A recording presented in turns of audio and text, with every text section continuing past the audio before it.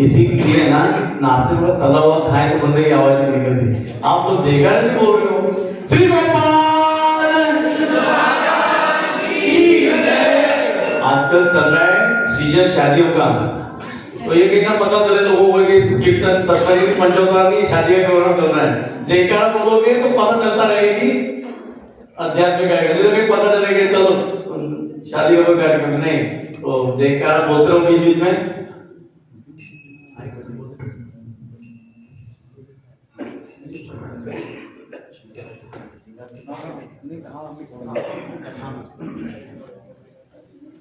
एक सखी घर सो निकसी पहुंची कान्हा के ठोर, गई है कछुओर सो लौटी है कछुओर। ओ सुन लो दुनिया वालों, सुन लो दुनिया वालों, सुन लो दुनिया वालों, सुन लो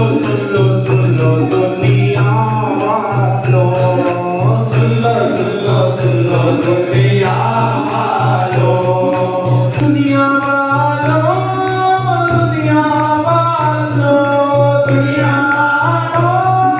दुनिया वालों, दुनिया वालों, दुनिया वालों, दुनिया वालों, दुनिया वालों।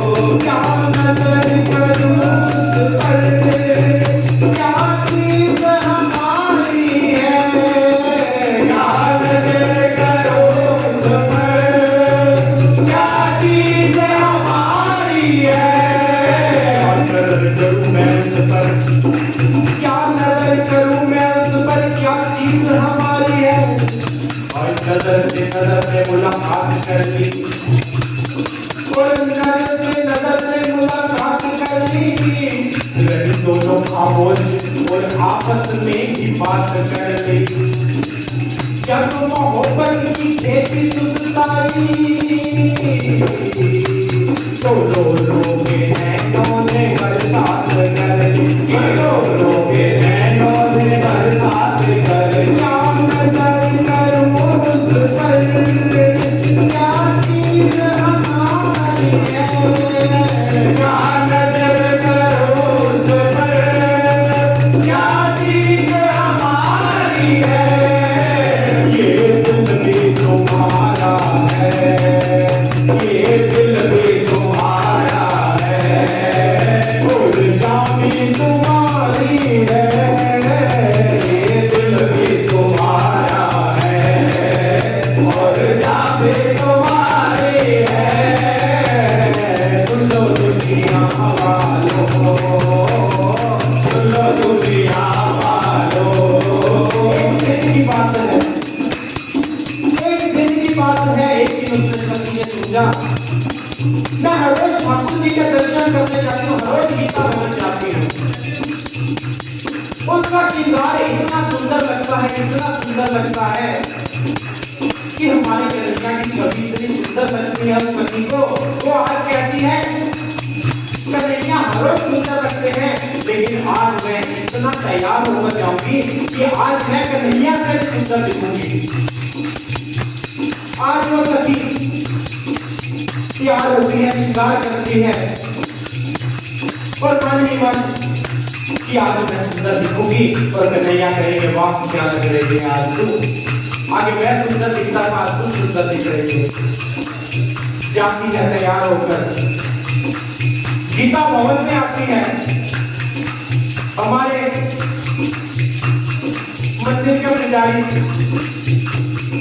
दादा, भगवान दास दादा जो यहाँ का श्रृंगार करते हैं, तो सखी देखती है, अरे मैं तो सोच रही थी आज मैं इससे सुंदर दिखूंगी, लेकिन आज ये मुझसे भी सुंदर दिख रहे हैं। और बावली सी हो जाती है, देखकर कहती है, तो तेरा किसने किया श्रृंगार राम रे, ओ तेरा किसने किया श्रृंगार राम रे, तू लगे रे दुल्हा साजदार राम रे, लगे रे दुल्हा साजदार राम रे, ओ तेरा किसने किया श्रृंगार राम रे, ओ तेरा किसने किया श्रृंगार राम रे, तू लगे रे दुल्हा साजदार राम रे, लगे रे दुल्हा साजदार राम रे, ओ तेरा किसने किया श्रृंगार राम रे, ओ तेरा किसने किया श्रृंगार राम रे। बंधन पर मलिया के चंदन के पर तिलक लगाया, बंधन पर मलिया के चंदन के पर तिलक लगाया, बंधन पर मलिया के चंदन के पर तिलक लगाया, बंधन पर मलिया के चंदन के पर तिलक लगाया। रहे सलामत हाथ सदा वो जिसने तुम्हें सजाया, रहे सलामत हाथ सदा वो जिसने तुझे सजाया। सजाता रहे वो हर बार सामने, सजाता रहे वो हर बार सामने, सजाता रहे वो बाबू सामने, सजाता रहे वो बाबू सामने, ओ तेरा किसने किया श्रृंगार सामने, ओ तेरा किसने किया श्रृंगार सामने, तू लगे रे दुल्हा साजदार सामने, लगे रे दुल्हा साजदार सामने, ओ तेरा किसने किया श्रृंगार सामने, ओ तेरा किसने किया श्रृंगार सामने। बालों से कलियां चुन चुन कर सुंदर हार बनाया, बालों से कलियां चुन चुन कर सुंदर हार बनाया, बालों से कलियां चुन चुन कर सुंदर हार बनाया, बालों से कलियां चुन चुन कर सुंदर हार बनाया। रहे सलामत हाथ सदा वो जिसने तुझे सजाया, रहे सलामत हाथ सदा वो जिसने तुझे सजाया, रहे सलामत हाथ सदा वो जिसने तुझे सजाया, रहे सलामत हाथ सदा वो जिसने तुझे सजाया। सजाता रहे वो हर बार सामने, सजाता रहे वो हर बार सामने, ओ तेरा किसने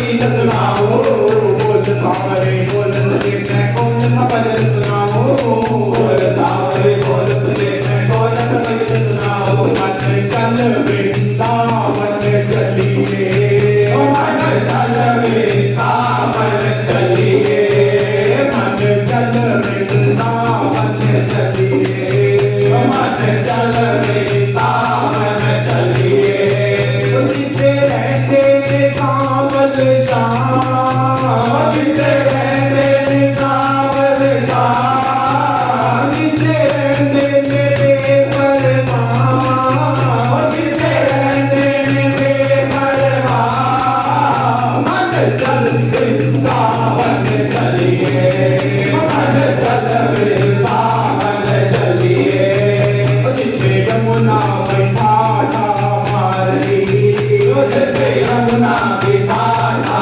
मारती जिसे यमुना बैठाता मारती जिसे यमुना बैठाता मारती तू भी जाके गो तेरा तू भी जाके गो तेरा मन चल वृंदावन चलिए मन चल वृंदावन चलिए हंस गए साला तेरा दिल घुंघरू मीरा बाई नच दिए हंस गए साला तेरा दिल घुंघरू मीरा बाई नच दी मीरा बाई नच दी आपने तो नच दी मीरा बाई नच दी आपने तो नच दी आपने तो नच दी मीरा बाई नच दी मीरा बाई नच दी आपने तो नच दी हंस गए साला तेरा दिल घुंघरू मीरा बाई नच दी हंस गए साला तेरा दिल घुंघरू मीरा बाई नच दी मोहन तेरा दे मैनू नच रैंदे नचना शाम रे नाल अज मैनू नच रैंदे नचना शाम रे नाल अज मैनू नच रैंदे नचना शाम रे नाल अज मैनू नच रैंदे दुनिया लई मैं नचिया तेरा दुनिया दे नचिया तेरा मेरा दीना कोई बढ़िया मेरा मेरा दीना कोई बढ़िया मेरा जी करना संसार हद में तो नच रैंदे जी करना संसार हद में तो नच रैंदे नचना मोहन तेरा हद में तो नच रैंदे पैरा दे विच घुंघरू बन के पैरा दे विच घुंघरू बन के अपनी शाम दी जोगन बन के अपनी शाम दी जोगन बन के नचांगी ओ मैं तो नचांगी बीच बाजार हद में तो नच रैंदे नचांगी बीच बाजार हद में तो नच रैंदे नच रैंदे मैनू नच रैंदे नच रैंदे मैनू नच रैंदे नचना सावरे नाल अज मैनू नच रैंदे सावरे नाल अज मैनू नच रैंदे हुण मैं किसी कोलों नहीं ओ डरना हुण मैं किसी कोलों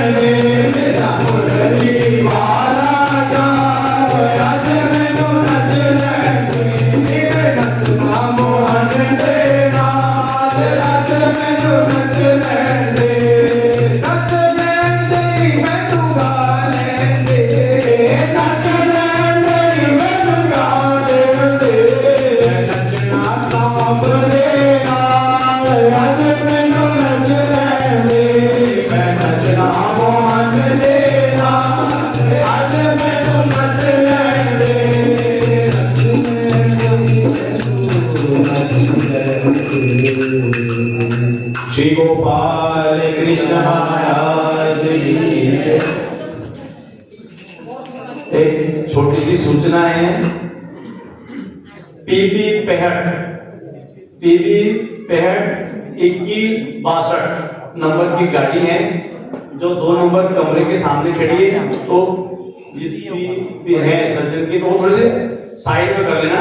तो जरा कुछ सामान ला रहे हैं तो जरा मुश्किल हो रही है। श्री गोपाल महाराज की जय। प्रथम ग्रासेची मुक्षिका। बंदा खाना खाने बैठे, अगर उसमें मक्खी आ जाए ना तो सारा मजे किरकिरा हो जाता, मतलब स्वाद नहीं आता। तो अब इतना अच्छा कार्यक्रम चल रहा है, जय करा ना बोले, क्योंकि अपना कार्यक्रम टाइम से शुरू हो गया था। तो कुछ ही समय के बाद में पंचावतार रूपा अवसर होगा। तो उससे पहले हमारे धर्म शास्त्र के अंदर, ग्रंथों के अंदर भक्ति के 9 अंग बताए हैं कि व्यक्ति 9 प्रकार से भक्ति करते हैं, श्रवणम और कीर्तनम। पहले हमने कीर्तन कर लिया, अब हम श्रवण करने वाले हैं। कोई नहीं, चलता है क्रम आगे पीछे, अगर हो तो कोई दोष नहीं है।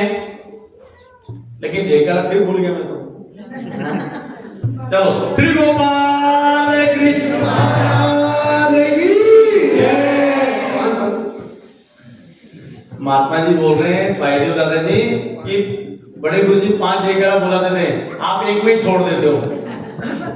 चलो फिर, श्री दत्तात्रेय महाराज की जय, श्री चक्रपाणी महाराज की जय, श्री गोविंद प्रभु महाराज की जय, सर्वज्ञ श्री चक्रधर स्वामी की जय। आज का श्री पंचावतार अवसर गोगिया परिवार,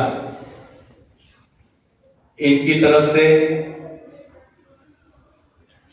दयानंद जी गोगिया और उमा माता गोगिया, इस परिवार की तरफ से इनके 4 बेटे हैं। ये हैं दशरथ जी हमारे। दशरथ जी के 4 बेटे थे। तो ऐसे हमारे भगत जी के 4 बच्चे। तो देखो, बहुत नसीब लगता है, बहुत भाग्य लगता है। बच्चे होते हैं, कहते हैं जननी जने तो जन, ऐसा जन भक्त। तो पहला बच्चा इनका जो है परिवार का, वो है सन्यासी। आप लोग आज से 28-29 साल पहले की बात है ये। वो हमारे साथ में, उनके साथ में हम महाराष्ट्र, देखा जाए तो हमारे निमित्त है वो। यहाँ से जब गीता भवन से महाराष्ट्र की तरफ लेके गए तो योगेश मुनि दादाजी और लुधियाना वाले बाबा जी और मैं, हम तीनों ही सर्वप्रथम महाराष्ट्र यादववाड़ी, हाँ वो सारा समझ लो उसी के अंदर। तो गए, दूसरे राजीव भैया, तीसरे आशीष और चौथे संजीव। आशीष तीसरे सबसे छोटे हैं, और वो संजीव भैया विदासी में रह गए। कुछ ही दिन पहले इस अवसर के विषय में हुआ कि अवसर करना है, डोली दी जाएगी गुरु बहन हमारी। तो कह रही थी 13 तारीख 12 तारीख, अवसर की कहीं डेट फिक्स हो ही नहीं रही थी। लेकिन आज का भी ये अवसर इनके करने के चक्कर में बाकी कार्यक्रम साइड में करके इनको कि भाई आपका कार्यक्रम, लेकिन भाव था। देखो, क्रिया तो होती है, लेकिन क्रिया के होने पर स्वीकार में है या महाराज उसको स्वीकार कर रहे हैं या हमारी लेखे लग गई, उसका एक बहुत सारे उदाहरण आज सामने। आज हमने रखा, तो हम 13 महात्मा, 14 महात्मा लोग मंदिर में। तो कल परसों शाम को एक महात्मा जाएगा, मैं कहा चलो 15 हो। और आगे बढ़े तो हमारी गुरुबेन कुरुक्षेत्र से 22 और उनके साथ में 22 है, हो गए 17, और एक 22 अभी सफर में थोड़ी देर में पहुंच जाएंगे, मतलब हो गए 18। और मार्गशीर्ष महीना में भगवान श्री कृष्ण महाराज जी ने गीता निरूपण की थी, 18 दिन 18 अध्याय, और यहाँ पर भी आया 18 महात्मा का योग सहयोग से करके सहयोग। और एक बात पता नहीं वो उमा माता को पता है या नहीं है, चंडीगढ़ में संन्यास होने के बाद में सर्वप्रथम अगर मैं कहीं किसी के घर गया हूँगा संन्यास कपड़े पहनने के बाद, तो एक हो गया परिवार के अंदर। 43 में रहते थे ये, उस टाइम हमारी 16 या 17 साल की महज उम्र होगी उस टाइम पे। उस टाइम पे हाथों की मेहंदी भी नहीं उतरी थी हमारा जब संन्यास हुआ, तो अभी मेहंदी लगी थी, मेहंदी अभी उतरी नहीं, जाते नहीं कहीं। लेकिन योगेश मुंडा कह रहे भाई मम्मी बोल रही है घर पे रोटी के लिए महात्मा को लेके आओ जो भी नए संन्यास लिए। उस टाइम 43 मेरे ख्याल से रहते थे, संन्यास हुआ, 2 महात्मा लोग हम पहुंच गए। तो सर्वप्रथम दूसरे या तीसरे दिन मेरे ख्याल से अप्रैल का महीना था उस टाइम पे, और सर्वप्रथम इनके घर पे मैं लुधियाना के दादाजी और हम सर्वप्रथम उमा माता के पास में इनके हाथ से भोजन करके आए थे। तो आज बहुत टाइम के बाद में चलो महाराज ऐसी क्रिया हर एक को नहीं देते, क्रिया होती है लेकिन स्वीकार भी नहीं पड़ती। और एक विशेष और बात, एक हमारे गुरु भाई है, गुरु भाई हमारे पटियाला रहते हैं, तो उनको बोला कि भाई, तो बोले दादा मुश्किल है, मतलब आ नहीं पाएंगे। थोड़ी देर बाद देखा तो सामने खड़े हो गए। मैंने कहा आप तो मना कर रहे थे। मैंने कहा जो लोग मना कर रहे वो भी ये नहीं कहीं अवसर में पहुंचना एक निशानी है कि महाराज स्वीकार करते हैं। देखो हम क्रिया करते हैं, पंगत करते हैं, अवसर करते हैं, तो हमारा भाव होना अति आवश्यक। भाव पूर्वक, प्रेम पूर्वक, श्रद्धा पूर्वक, ज्ञान पूर्वक जो क्रिया करते हैं उस क्रिया को परमात्मा स्वीकार करते हैं। भगवान श्री चक्रधर महाराज जी हमारे जो साधन दाता हैं, 5वें अवतार, गंगा तीर में उनका वास्तव्य है। तो एक दिन एक माता भगवान के पास में आई और उसने बोलना था कि महाराज मैं आपके लिए कल भोजन लेकर आने वाली हूं। बोला कि महाराज मेरी तरफ भोजन आएगा, आप भोजन करना है। प्रार्थना करने गई, भूल गई कि मैंने भोजन। अब महाराज तो जाने जाने स्वरूप ने कि भाई किसकी क्रिया स्वीकार करनी है, किस प्रकार भोजन करना है। अब वो माता अपनी लगी हुई है तैयारी में। अभी हमारी पिछली बार डोली दीदी को बड़ा परेशान किया हमने। दीदी आई बोले गुरुजी अवसर करना है। मैं कहा सारा सामान तुझे लाना है, सारी तैयारी तुझे करनी। बोले गुरुजी बहुत बड़ी जवाबदारी दे रहे हैं। तो मैंने कहा कोई नहीं, इस बार दीदी को बोला तुम रिलीफ रहो, सारा अपन करेंगे। तो भगवान जी को प्रार्थना करने ही भूल गई। सुबह सुबह वो माता जिस मंदिर में रुकी थी वहां पे रंग मालिका बना रही, रंग डाल रही है, रंगोली बना रही है। और भगवान सर्वज्ञ श्री चक्रधर महाराज जी जाने जाने सर्वज्ञ जानते हैं इसका भाव है। तो भगवान जी उस माता की आर्त देख करके ही पहुंच गए उसके पास में। और महाराज ने बतलाया नहीं कि हम आ रहे हैं। महाराज ने एक लीला की। क्या? भगवान जी ने अपने कपड़े पहने तो अपना जो दुपट्टा था, आप जैसे दुपट्टा लेते ना, ऐसे भगवान जी ने कंधे पे दुपट्टा डाला और सिर पे डाल लिया कि चेहरा पूरा दिखाई दे और ना दे। भगवान जी गए तो उस माता का भाव था कि महाराज आएंगे, रंगोली का स्वीकार करेंगे, मेरे भोजन का स्वीकार करेंगे। महाराज आए और उस मंदिर में जा रहे हैं, पीछे से दुपट्टा नीचे से झाड़ू पोछा लगाता जा रहा है। उस माता की रंगोली के ऊपर से भगवान जी गुजर पड़े। रंगोली थोड़ी मुझ साफ हो गई। वो माता पीछे बोलती है आजकल के लोग कैसे हैं, ऊपर देख के चलते हैं, नीचे तो कोई देखता ही नहीं। अब इधर बोल रही महाराज को बुलाना है और इधर क्या कह रही है, आजकल तो लोग नीचे देख के चलते हैं, सब ऊपर देख के चलते हैं। महाराज अंदर गए, जाने के बाद वापस मुड़े तो उस माता ने देखा ना भगवान जी। तो महाराज बोलते एक तो तरफ बोलते हैं कि महाराज मेरा भोजन स्वीकार करे, महाराज मेरे घर पे आए, और इधर हमें गालियां दे रहे हो, ऐसा बोल भी रहे हो। बोले महाराज मुझे पता नहीं था, मेरी गलती हो गई। महाराज बोले कोई ठीक है, अब महाराज को बोले तो सही ना कि महाराज मैं आपके लिए आज भोजन लेकर के आने वाली हूं। भाव इतना था, भगवान को देखने के बाद में याद ही नहीं रहा कि महाराज को दंड डालनी है, बोलना है, विधि करना है। महाराज चले गए, थोड़ी देर रुके, मिले, भगवान जी गए जहां पर रुके थे भगवान जी जिस मंदिर में, उस मंदिर में भगवान जी बैठे, दोपहर का टाइम हो गया। तो इतने में साव खेड़ा से एक भगत भगवान जी के लिए उपहार लेकर के आ गए। सारा पूरी, खीर, भजे, पापड़, पूरन पोली, सारा भोजन आया और भगवान जी को उन्होंने भोजन करवा दिया। अभी इसका भोजन आना बाकी है। इधर भोजन भगवान जी के लिए वो भगत लेकर के आए और महाराज ने भोजन कर लिया। भगवान जी भोजन करके पान का, मुख शुद्धि का बीड़ा लिया, पान का बीड़ा खाया। भगवान जी आसन में विराजमान है। एक माता भगवान जी के पास से निकली, बाहर जा रही थी, तो गेट पे ही वो आबाइशा नाम की माता मिल गई। तो वो कहने लगी भगवान श्री चक्रधर महाराज जी का क्या चल रहा है अंदर, कैसा अवसर है, क्या कर रहे हैं? तो उन्होंने बोल दिया, बोले बस अभी अभी भोजन हुआ है और महाराज आसन में बैठे हैं और मैं बाहर निकली। जैसे पता चला कि भगवान का भोजन हो गया है, मैं तो इतनी दूर से 3-4 किलोमीटर भोजन लेकर के आया हूँ, तो हाथ पांव वहीं पे ठंडे हो गए कि मैं इतनी दूर से लेकर के आई हूँ, सुबह से तड़के उठी हूँ, भोजन बनाया है, लेकिन भगवान को बोलना भूल गई।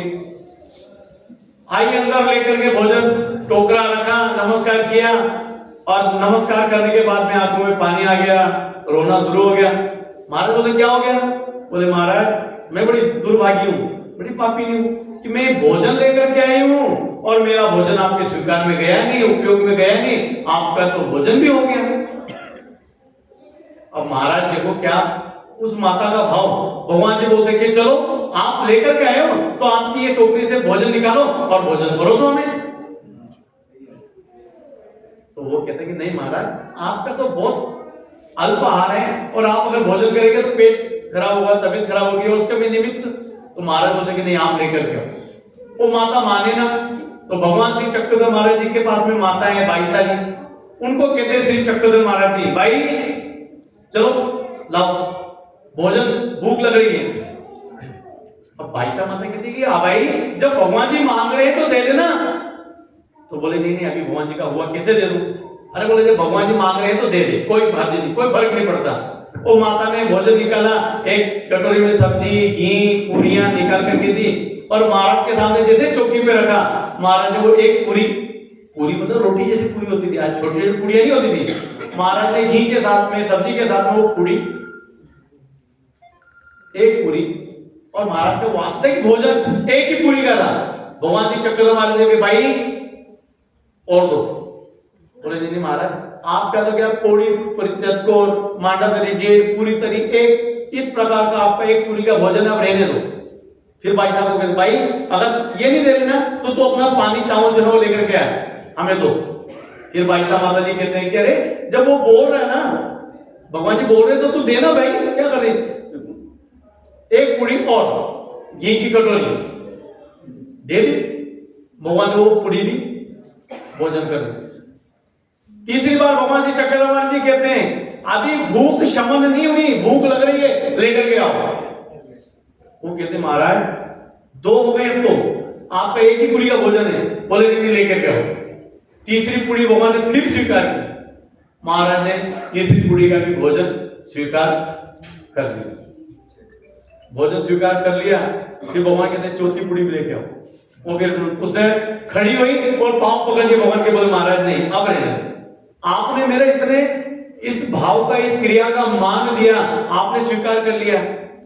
तो परमात्मा किसी के पदार्थ के भाव भूखे नहीं, सिर्फ आपके भाव के, आपके प्रेम के, आपकी श्रद्धा के भगवान जी भूखे। अगर प्रेम से अगर आपने पुकारा, प्रेम से अगर याद कर लिया तो महाराज सामने उपस्थित हो जाते हैं। एक दंत कथा आप लोगों ने सुनी होगी, चरित्र में नहीं है लेकिन महात्मा दोनों के मुख से आपने एक कथा सुनी होगी और कि अगर प्रेम है, भाव है तो परमात्मा उस जगह पर पहुंच जाते हैं। हमारे लीला चित्र की कथा नहीं है वो, लेकिन आपको सुना दो। एक लड़का है, एक भक्त है, उसको भोजन के अंदर बहुत ज्यादा मात्रा, जैसे हमें अगर हम खाएंगे तो 2 फुलके, 3 फुलके, 4 फुलके, पहिए आटे की रोटी हमें मुश्किल से हम खा पाएंगे। उस लड़के का आहार था 2.5 किलो, 2.5 किलो आटा उसे लगना है, 2.5 किलो। अब जब तक माँ है, माँ के अलावा तुम्हें कोई भी व्यक्ति इतनी भोजन नहीं करवाएगा। अगर माँ है तो ही इतना भोजन, अब माता पिता थे तब तक चलता रहा। अब एक दिन माता पिता उसके पूरे हो गए, अब परिवार में कोई था ही उसके भोजन की 2.5 किलो एक टाइम पर अगर भोजन पकाना खिलाना कौन करेगा? तो किसी ने सलाह दी, एक काम कर, तू तो जा मंदिर आश्रम में चला जा। आश्रमों में तो वैसे ही भोजन पकता है, संगत का भी पकता है, महात्माओं को भी पकता है, भिक्षा भी आती है, तो तेरा गुजारा वहां पर हो जाएगा। 2.5 किलो की रोटी पकाना खाना ये तेरा वहां पे कार्यक्रम हो जाने वाला है। तो उसने भी सोचा ठीक है, सलाह तो ठीक है। अब यहां पे रोज निकल पड़ा आश्रम की तरफ, संतों की कुटिया में पहुंच गया। बहुत सारे संत साधु महात्मा रहते थे, तो पूछा गुरुजी ने, हाँ भाई, बोले गुरुजी मैं अब आपके पास में रहना चाहता हूँ और मेरी इच्छा है कि आप जो सेवा दोगे, जो मार्ग की, मंदिर की, आश्रम की जो सेवा बोलोगे मैं वो करूंगा और मेरा उधर निर्वाह आपके पास में होता रहेगा। गुरुजी बोले ठीक है बेटा रुको, पर एक काम करना पड़ेगा। बोले क्या? बोले आश्रम में गायें हैं, गैया चराने का काम करो। यहां से हम आपको बोल देंगे, जो हमारा स्टोर संभालते हैं, राशन संभालते हैं, वो आपको 2.5 किलो आटा दे देंगे, आप जंगल में पकाना और उधर भोजन कर लेना, शाम को अपनी गौवा चरा करके ले आना। बोले गुरुजी इतनी सेवा? बोले इतनी सेवा। जब वो सुबह लड़का उठा, गायें बहुत सारी थी, गायें छोड़ी, तो गुरुजी के पास, गुरुजी आटा दाल चावल। गुरुजी बोलते अरे महात्मा जी इस बच्चे को 2.5 किलो आटा नमक मिर्ची। तो बेटे ने लिया खुशी खुशी की, चलो अपना तो हो गया, निकलने लगा। गुरुजी कहते बेटे इधर आ। बोले क्या? भोजन बनेगा लेकिन जब तक भगवान जी को नैवेद्य नहीं दिखाता है, ठाकुर जी को जब तक नहीं लगेगा, श्री कृष्ण जी को जब तक भोजन नहीं लगेगा, भोजन नहीं खाना। अब आश्रम में रहेगा तो स्वाभाविक नियम है कि अगर भोजन पकेगा तो भगवान जी को लगेगा, भगवान जी को लगेगा तो आपको प्रसाद प्राप्त होगा। लड़का उठा, जंगल में गया, पाथियां इकट्ठी की, और अब पहले लोग क्या करते थे, साधु महात्मा लोग जंगल में वो बाटियां बोलते राजस्थानी बनाते हैं छोटी छोटी, तो उसने 2.5 किलो आटा मला और पाथियां इकट्ठी की और बना दी बाटियां। बाटियां बन गई, साथ में जो भी सब्जी थी बन गई। उसने एक पत्रोली के ऊपर सारा सामान रखा, 2.5 किलो की बाटियां। और अब गुरुजी ने क्या कहा था, जब तक ठाकुर जी, जब तक भगवान जी नहीं तब तक अपना नहीं। तो बच्चा हाथ जोड़ के खड़ा हो गया, बोले गुरुजी के ठाकुर जी आओ पाओ भोजन, भोजन तैयार है। जैसे ही याद किया, भाविक था, भोला था, प्रेम था, श्रद्धा थी, ठाकुर जी पहुंच गए। जैसे भगवान जी को याद किया, वही मोर मुकुट पीतांबर धारी, गले में वैजयंती माला, पीतांबर कसा हुआ है, हाथ में मुरली है। अब उसको लगा कि पूछते हाँ जी किधर? अरे बोले भले आदमी, तुमने तो याद किया अभी कि गुरुजी के ठाकुर जी, गुरुजी के ठाकुर जी पहुंचो, भोग तैयार है, उपहार तैयार है। बोले अभी बोला भूल गया? अच्छा हम तो गुरुजी के बंदे हो आप? बोले हाँ। तो बोले फिर करो शुरुआत। भगवान जी बैठे तो वो 2.5 किलो की बाटियां भगवान जी ने, अब वो देख रहा मुंह की तरफ, भाई 2-4 तो छोड़ो, कोई छोड़ा तो मुझे अपना कुछ कार्यक्रम बचा नहीं, सारी बाटियां खत्म। और भगवान जी भी थोड़ी देर में, ठाकुर जी भी गए। अब वो बेचारे के ले, ये कौन सी मुसीबत थी? आए तो दूसरे दिन गया, रात को गया आश्रम में, फिर जो भी बचा था उसका आश्रम का भोजन था खाया। सुबह उठा, गाय छोड़ के निकलने लगा तो गुरुजी के पास पहले, गुरुजी 2.5 किलो आटा से काम नहीं जमेगा। तो गुरुजी कहते फिर क्या? गुरुजी 5 किलो लगेगा। बोले 5 किलो क्यों? 2.5 किलो तेरा है ना? बोले नहीं, 2.5 किलो ठाकुर जी का, 2.5 किलो मेरा। बोले ठाकुर जी का? बोले हाँ। अब गुरुजी को लगा चल कोई आ गया होगा इसके सामने बंदा। अब गुरुजी को पता नहीं कि इसका भाव ऐसा है कि ठाकुर जी पहुंच गए। 5 किलो आटा लेके भाई साहब पहुंच गए जंगल में, आम के पेड़ के नीचे बैठ गए, आटा मलना शुरू किया, गायें छोड़ने के लिए छोड़ दी। 5 किलो के आटे की रोटियां बन गई, बाटी बन गई। अब वो एक पत्रोली को जमना नहीं था, 2 पत्रोली के ऊपर उन्होंने बाटियां, दाल, चावल जो रखना था रखा, और फिर कहते हैं आओ गुरुजी के ठाकुर जी, मेरे गुरुजी के भगवान पहुंचो। इतने में तो फिर क्या था, भगवान श्री कृष्ण साथ में रुक्मिणी माता तो सामने था। अब वो कहता हाँ जी आप तो समझ गया प्रिय, तो बोले भाई ये अर्धांगिनी इसको कैसे छोड़ गया हूं, इसको भी साथ में लेके आना पड़ा। बोले यार ये काम खराब हो गया। अब वो कुछ बोले भी ना कि अब गुरु जी के ठाकुर जी है साथ में रुक्मिणी माता को लेके आ गए, तो अब बोलते तो कुछ आता नहीं। ठीक है, तो दोनों ने मिलकर के वो 5 किलो आटे की बाटियां खत्म। आज फिर भूखा भूखा तो शाम को गया वही आश्रम में, तो फिर सुबह सुबह रात को बोले गुरु जी 5 किलो आटा नहीं 7.5 लगेगा। बोले अब बोले फिर पागल तो नहीं हो गया तुम, इसको तो ढीले नहीं होने दे रहे, रोज 2.5 किलो बढ़ाए जा रहे हैं। बोले पोपट का मिल रहा है। बोले मैं क्या करूं, आपके ठाकुर जी साथ में उनकी पत्नी, उन्होंने 5 किलो दोनों ने निपेट दिया, मैं तो भूखा था भूखा। ठीक है भाई चल कोई, अरे इसको 7.5 किलो आटा दे देना रे भाई, जो लगे वो दे दो। 7.5 किलो आटा लिया, निकल पड़ा जंगल में, गाय छोड़ी, पहुंच गया। अब टाइम ज्यादा लगता है, अब 2.5 किलो में टाइम, 5 किलो में, 7.5 किलो में पहुंच गया जी। अब 7.5 किलो के आटे की बाटी बनानी थी, वही बेचारा पाथे इधर से चून उधर से चून चून करके आग जलाई, बाटियां बनाई। तो फिर बोला हाँ जी गुरु जी के ठाकुर जी, और उनके पास पहुंचो तैयार है। और इधर ठाकुर जी आ गए, साथ में रुक्मिणी और साथ में सत्यभामा भी हो गई। बोले आप दोनों जाते हो मैं भी चलता हूं, तो तीसरा बंदा आ गया सत्यभामा था। वो कहे कि भाई ये क्या, बोले मेरी तो 116,108 है, उसमें तो ये 2 ही है भी आई तेरे साथ। तो बोले ये आएंगे और मैं पकाऊंगा इधर इधर। बोले करना तो पड़े, तूने आवाज दी ना, हम आ गए खिला। अब वो तीनों बैठ गए, खाना वगैरह खाया। शाम को फिर बेचारा भूखे प्यासे अपना गया, गाय बांधी। गुरुजी बोले गुरु जी 7.5 नहीं 10 किलो आटा। बोले 2.5 से 5, 5 से 7.5, अब 10। बोले गुरु जी कार्यक्रम जम नहीं रहा, बोले वहां तो बंदे बढ़े जा रहे जंगल में। बोले बढ़े जा रहे, बोले हाँ। बेचारे ने 10 किलो आटा लिया और पहुंच गया जंगल में, गया 10 किलो आटे की बाटियां बनाना शुरू। आज टाइम और लग रहा है, लकड़ी खड़ी की, चून ये चून वो कर, इधर कर उधर कर, सारा 10 किलो की बाटी बनी। और कहने लगे महाराज आओ गुरु जी के ठाकुर जी। अब आज एक बंदा और बढ़ गया, बड़े भाई साहब बलराम जी भी हो गए द्वारका से। बोले आज हम भी चलेंगे, ऐसा कौन आदमी जो तुम्हें रोज बाटियां खिला रहा है।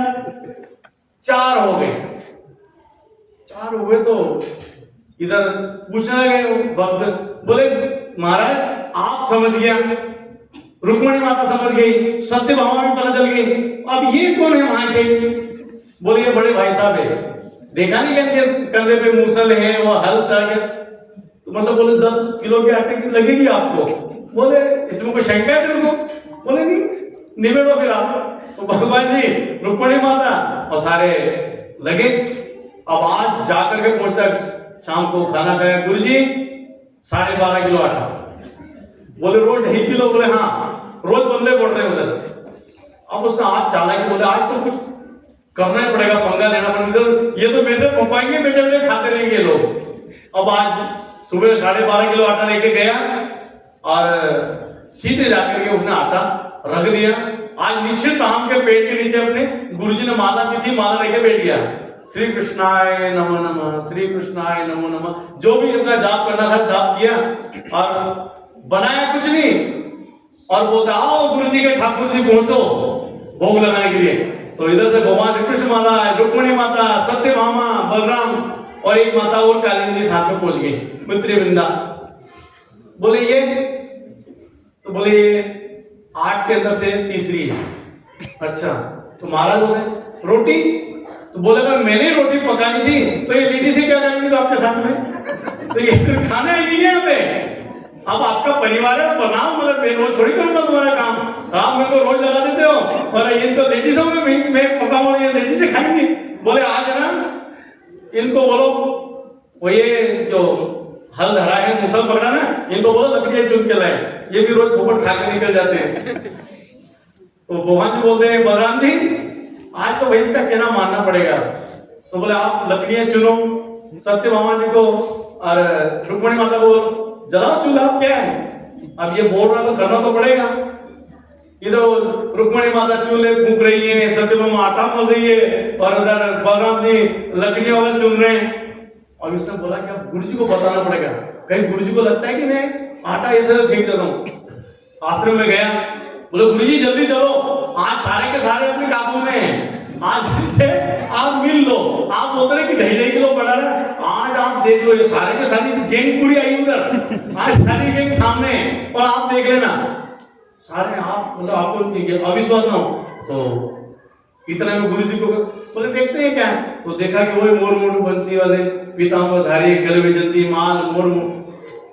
भगवान जी को देखा तो गुरु जी कहते बेटा मेरी सारी जिंदगी बीत गई रे, इसी के अंदर करते करते मुझे दर्शन नहीं हुए, लेकिन तेरी वजह से मुझे इनके दर्शन हो गए। मतलब उस बच्चे का, उस भक्त का भाव और प्रेम इतना सच्चा और सच्चा था कि महाराज उसके प्रेम के वशीभूत हो गए और महाराज ने उसकी क्रिया। हमारे अपने बड़े गुरु जी थे ना, बड़े गुरु जी की माता जी थे, उनका नाम था नर्मदा माता। तो हमें बच्चों को छोटे छोटे वो कथा सुनाया करती थी श्री कृष्ण महाराज जी की। आप बचपन में सुनी होगी गोपाल दादा की कथा, तो ये ऐसी कथाएं वो माताएं गांव के अंदर सुनाया करती थी कि उस बच्चे का भाव। तो उसी प्रकार हमारे जो गोगिया परिवार है, तो मैं राजीव भैया को बोला, मैं क्या आपको 3 को तो जानता हूँ, चौथे के दर्शन ही नहीं हुए। तो बोले नहीं, चौथे तो उधर दिल्ली की तरफ रहते हैं, एक बॉम्बे रहते हैं और एक यहाँ पे हूँ, और एक महात्मा जी ने संन्यास योगेश गुरु दादा जी ने। तो ऐसा ये परिवार और उनका हर साल कुछ न कुछ क्रिया हमेशा अवसर और प्रसंग करते रहते हैं। और गुरुजी के साथ में ऐसे जुड़े थे कि हर फ्राइडे दिन पश्चिम से निकलेगा, ऐसे नहीं कहीं से निकले, उस दिन शाम को शुक्रवार को पहुंचना ही कुछ नहीं। राजीव भैया, दीदी और बच्चे है अंकित और आदित्य, ये राजीव भैया के दोनों बच्चे हैं। और आशीष भैया का क्या अमीनेश जरा काम ही और अमीनेश, ये पूरा परिवार जय कृष्ण। हाँ पहले, अब ये जरा लेने भी बड़ा मुश्किल हो जाता हमारे लिए तो, पर चलो ये सब बच्चे बड़े धार्मिक हैं। और ये परिवार, क्योंकि भगत जी से अपना दयानंद भगत जी से भी योग का मैं माता से ज्यादा से ज्यादा योग। और मैंने आपको बताया कि जब ये तरताज में रहते थे, मेरे ख्याल से 97 की बात है, 97 की बात, उस टाइम इनके बाद में। तो आज का ये जो अवसर है, ये हमारे गोगिया परिवार डोली दीदी और अपनी क्या दीदी शालू दीदी, इनकी परिवार की तरफ से, तो महाराज इनकी क्रिया स्वीकार करें और ऐसा ही महाराज इनको क्रिया करवाते रहे, अपना ज्ञान दान दे, प्रेम दान दे, भक्ति दान दे और हमेशा सुखी समृद्ध रखें। आगे अब 2 दिन बाद इसी महीने में, मार्गशीर्ष महीने में, भगवान श्री कृष्णचंद्र महाराज जी ने गीता निरूपण की थी, जहां से भाई जी आए हैं कुरुक्षेत्र में। तो वो अवसर 11 तारीख वार बुधवार हमारी गुरुवार ने गीता दीदी पूरी और विक्रम जी पूरी, इनकी तरफ से 11 तारीख का अवसर है और सुबह 8 बजे गीता का पाठ सामूहिक होने वाला है। तो प्रयत्न यही करना कि गीता पाठ पे आप सब पहुंचे। पहले गीता पाठ होगा, नाश्ता, और उसके उपरांत भगवान जी का जो अवसर हम करते हैं वो अवसर हम करेंगे। फिर उसके बाद में 13 तारीख को शुक्रवार को सुबह 3 बजे से श्री दत्तात्रेय प्रभु जी के विशेष की अखंड सेवा 24 घंटे के लिए कंटिन्यू चलने वाली है। तो जिन लोगों ने करनी है, कईयों के नाम आ चुके हैं, जिनके करने की इच्छा है वो लोग अपने नाम, एक आदमी को सिर्फ 30 मिनट से ऊपर नहीं मिलेंगे, 30 मिनट ही पर्याप्त और उतना ही टाइम मिलेगा। ज्यादा होंगे तो फिर साथ में बिठा करके 14 तारीख को श्री दत्तात्रेय प्रभु जी का जन्मोत्सव का कार्यक्रम हमने रखा हुआ है। तो वो कार्यक्रम सुबह 4 बजे ही, 4, 4:30, 4:45 दत्त मंदिर में हम पहले भगवान जी श्री दत्तात्रेय महाराज जी का श्री दत्तात्रेय जी को स्नान वगैरह करवाएंगे, बीड़ा हार फूल माला वहां का अवसर करेंगे, और उसके बाद में यहाँ पर गीता भवन में हम अवसर करेंगे। और जिन लोगों ने रात को श्री दत्तात्रेय महाराज जी का स्मरण करना है वो रात को रुक सकते हैं, रुकने की व्यवस्था है। रात भर सेवा और स्मरण ये सारी रात चलने वाला है। जो स्मरण करना चाहे वो स्मरण करें और जिन्हें सेवा करनी वो सेवा करें। और रात को जो खीर बनती है गीता जयंती दत्त जयंती की, वो खीर सामूहिक है। जिन्होंने सेवा करनी है खीर में वो अपनी सेवा कर सकते हैं। तो आज का ये अवसर गोगिया परिवार की तरफ से तो महाराज ये क्रिया स्वीकार करें। अब हम उपहार भगवान जी के लिए लेके आएंगे, तो दीदी वगैरह जाएं। और 11 तारीख को विशेष याद रखना कि गीता जयंती का कार्यक्रम है। भगवान श्री कृष्णचंद्र जी ने युद्ध भूमि के अंदर अर्जुन जी को 18 अध्याय गीता सुनाई थी। उसका पहले गीता का पाठ होगा सामूहिक सुबह 8 बजे। तो अवसर गीता दीदी पूरी और विक्रम भगत जी पूरी इनकी तरफ से, और दत्त जयंती का अवसर जो है पूनम दीदी मेहता उनकी तरफ से श्री दत्तात्रेय जी का जन्मोत्सव का अवसर रखा हुआ है। दोपहर में करेंगे अवसर और सुबह करेंगे भगवान जी का जो वीड़ा अवसर करते हैं वो, और खीर का उपहार वगैरह जो करते हैं हम उस प्रकार हम करेंगे। तो अब हम वीड़ा और उपहार डोली दीदी वगैरह जाए और 8 थालियां हैं अलग अलग लेकर के आए।